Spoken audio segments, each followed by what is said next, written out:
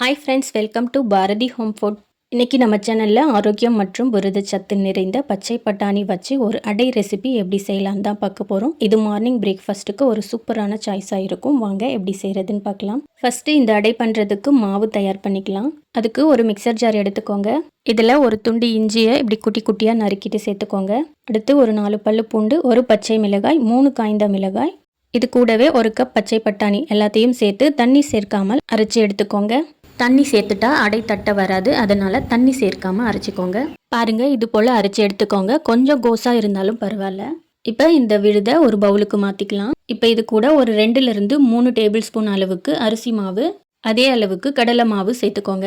அடுத்து இது கூட ஒரு 1/4 டீஸ்பூன் அளவுக்கு சீரகம், 1/4 டீஸ்பூன் அளவுக்கு சோம்பு சேர்த்துக்கோங்க. சேர்த்துட்டு ஒரு பெரிய வெங்காயம் எவ்வளோ முடியுமோ அவ்வளோ பொடியாக நறுக்கி சேர்த்துட்டு கூடவே ஒரு சின்ன கப்பில் கொஞ்சமாக வாத நாராயணம் கீரை சேர்த்துக்கோங்க. இந்த கீரை இல்லைனா முருங்கைக்கீரை கூட சேர்த்துக்கலாம். இந்த அடைக்கு கீரை ஆப்ஷனல் தான். கீரை இல்லாதவங்க கேரட் துருகல் கூட சேர்த்துக்கலாம்.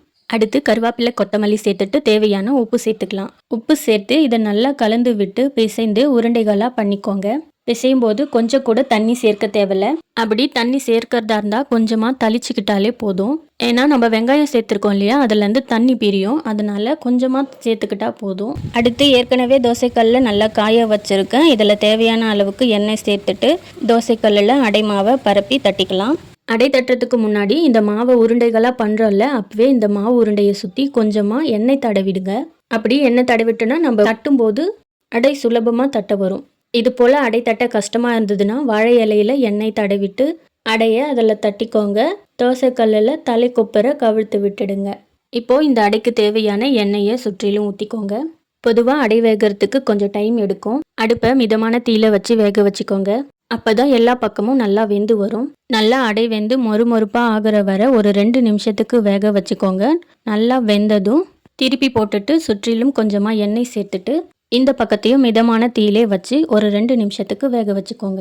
2 நிமிஷம் வெந்ததுக்கு அப்புறம் அடுத்து திருப்பி போட்டு ஒரு நிமிஷத்துக்கு 2 பக்கமும் வேக வச்சு எடுத்துக்கோங்க. இது போல் அடுத்தடுத்த உருண்டைகளையும் அடையா பண்ணிக்கோங்க. அவ்வளோதான் ஃப்ரெண்ட்ஸ், நல்லா சுவையான சத்தான பச்சை பட்டாணி அடை தயார். இந்த ரெசிபி பிடிச்சிருந்தா நீங்கள் ட்ரை பண்ணி பாருங்கள். ட்ரை பண்ணி பார்த்துட்டு கமெண்ட்டில் எப்படி இருந்ததுன்னு சொல்லுங்கள். வீடியோ பிடிச்சிருந்தா லைக் பண்ணுங்கள், ஷேர் பண்ணுங்கள். பாரதி ஹோம் ஃபுட்க்கு சப்ஸ்கிரைப் பண்ணுங்கள். தேங்க்யூ. Thanks for